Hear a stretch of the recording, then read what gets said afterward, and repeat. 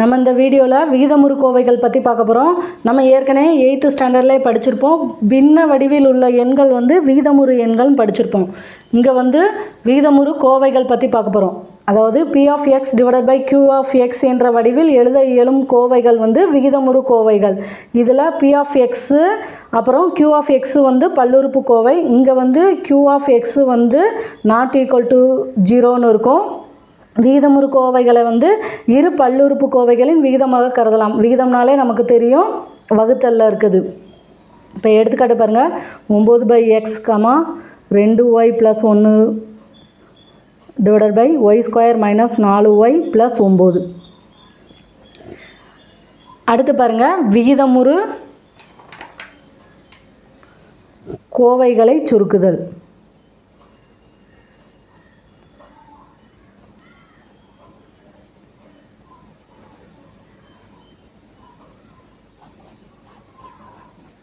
இப்போ பாருங்கள், P of x divided by Q of xன்னு இருக்குது. இதோட மீப்போவா ஒன்றா இருந்தால் இது சுருங்கிய வடிவில் இருக்குதுன்னு அர்த்தம். இப்போ எடுத்துக்காட்டுக்கு பாருங்கள், நார்மலாக ஒரு நம்பர் எடுத்துக்கிடுவோம். 4/8ன்னு இருக்குது. இதை நம்ம 4ஆல் அடிக்கலாம். 1 4 4, 2 4 8. இப்போ அடுத்து இதை சுருக்க முடியுமா? முடியாது. இப்போ 1/2. இதுக்கு மீப்போவா கண்டுபிடிச்சாலும் 1,2னா மீப்போவா 1 தான். அதே மாதிரி P of x by Q of xன்னு இருந்ததுன்னா இதுக்கு மீப்போவா 1 வந்தது அப்படின்னா இது சுருங்கிய வடிவில் இருக்குன்னு அர்த்தம். இப்போ எடுத்துக்காட்டு சம் பாருங்கள்.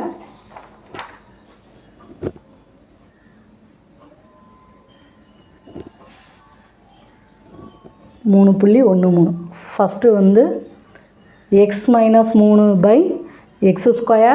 - 9. மேலே ஒன்றும் செய்ய முடியாது, x - 3ன்னு எழுதிடுவோம். கீழே பாருங்கள், x² - 9ன்னு இருக்குது. இதை நம்ம x² - 3² எழுதலாமா? 3² மதிப்பு தான் 9. இப்போ நமக்கு இது என்ன ஃபார்மேட்டில் வந்திருக்கு? a² - b²ங்கிற ஃபார்மேட்டில் வந்துருச்சா? இதை formula a + b × a - b. இங்கே ஏங்கிற இடத்துல x இருக்குது, பிங்கிற இடத்துல 3 இருக்குது. இப்போ ஃபார்முலா படி இங்கே போட்டோம் அப்படின்னா x + 3 × x - 3. இப்போ பாருங்கள், மேலேயும் x - 3 இருக்குது, கீழேயும் x - 3 இருக்குது. இது கேன்சல் ஆயிரும். அப்போ ஆன்சர் 1/x + 3. அடுத்து ரெண்டாவது பாருங்கள், x² - 16/x² + 8x + 16. இப்போ இது x² - 16ன்னு இருக்குது. இந்த 16 நம்ம 4² எழுதலாமா? x² - 4² பை இது பாருங்கள், ax² + bx + cங்கிற ஃபார்மேட்டில் இருக்கா? இதை எப்படி காரணிப்படுத்தலாம்? இங்கே ஒன்றும் இல்லாட்டி 1 இருக்கதா அர்த்தம். 1ஐயும் 16ஐயும் பெருக்குனா 16. அதுக்கப்புறம் 2 காரணி எடுக்கணும். அதை பெருக்குனா நமக்கு 16 வரணும், கூட்டுனா 8 கிடைக்கணும். இப்போ 16ன்னு எடுத்தோம்னா 4 16, 4ஐயும் பெருக்குனா 16. அதே இது 4ஐயும் கூட்டுனா நமக்கு 8ன்னு கிடச்சிரும். அப்போது இங்கே ஒன்றுமே இல்லைங்கிறதுனால நம்ம x + 4 × x + 4ன்னு எழுதிக்கலாம். இதே இங்கே ஏதாவது நம்பர் இருந்ததுன்னா நம்ம ஸ்டெப் பை ஸ்டெப்பாக செஞ்சு தான் கொண்டு வரணும். இப்போது இதுக்கு பதிலாக நம்ம இந்த x + 4 × x + 4ன்னு எழுதுகிறோம். அடுத்து பாருங்கள், இதுவும் a² - b²ங்கிற ஃபார்மேட்டில் வந்துருச்சா? அப்போது நமக்கு formula a + b × a - b. ஏங்கிற இடத்துல x இருக்குது, பிங்கிற இடத்துல 4 இருக்குது. இப்போ ஃபார்முலா படி போட்டோம்னா a + bனா x + 4, a - bனா x - 4 பை இந்த x + 4 × x + 4 எழுதுவோம். இப்போது x + 4 x + 4 கேன்சல் ஆயிரும். இப்போ நமக்கு ஆன்சர் x - 4/x + 4.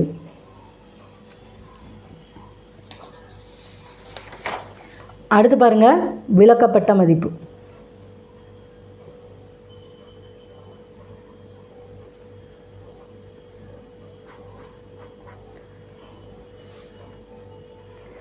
எந்த மெய் மதிப்பிற்கு P of x by Q of x என்னும் விகிதமுறு கோவையை வரையறுக்கப்பட முடியவில்லையோ அம்மதிப்பை கொடுக்கப்பட்ட விகிதமுறு கோவையின் விலக்கப்பட்ட மதிப்பு என்கிறோம்.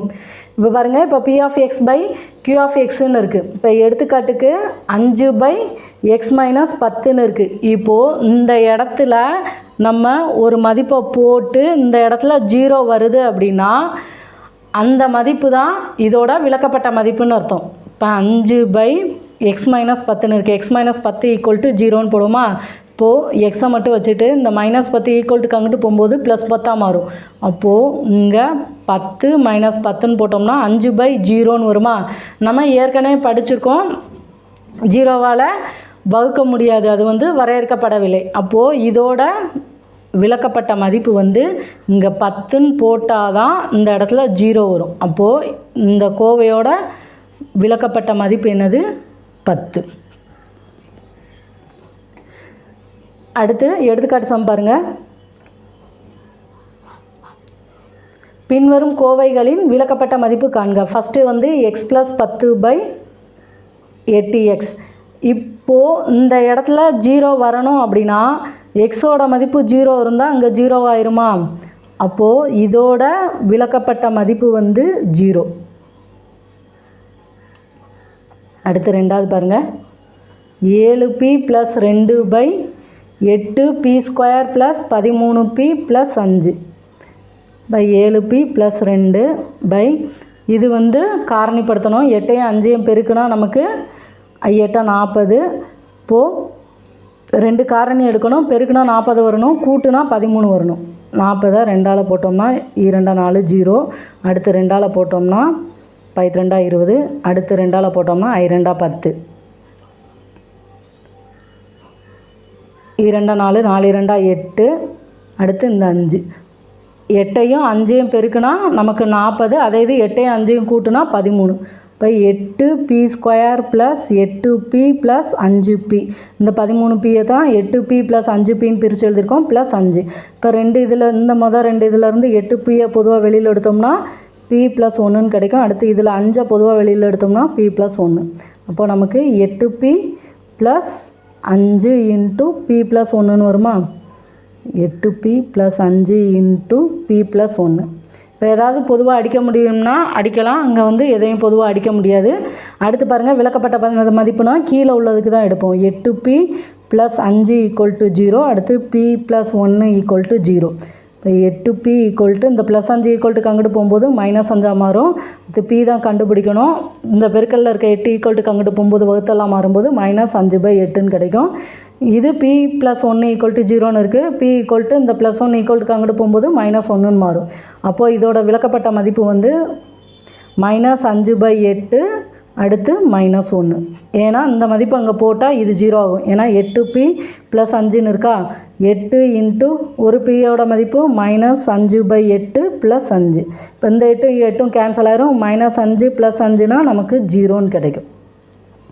அதே மாதிரி இங்கே பாருங்கள், p + 1ன்னு இருக்குது. இப்போ pங்கிற இடத்துல -1ன்னு போட்டோம்னா இங்கே +1, அப்போ 0ன்னு வந்துடும். அப்போது 2 இது விலக்கப்பட்ட மதிப்பு உண்டு. ஒரு இது வந்து -5/8, இன்னொன்று வந்து -1. அடுத்து மூணாவது பாருங்கள். x/x² + 1.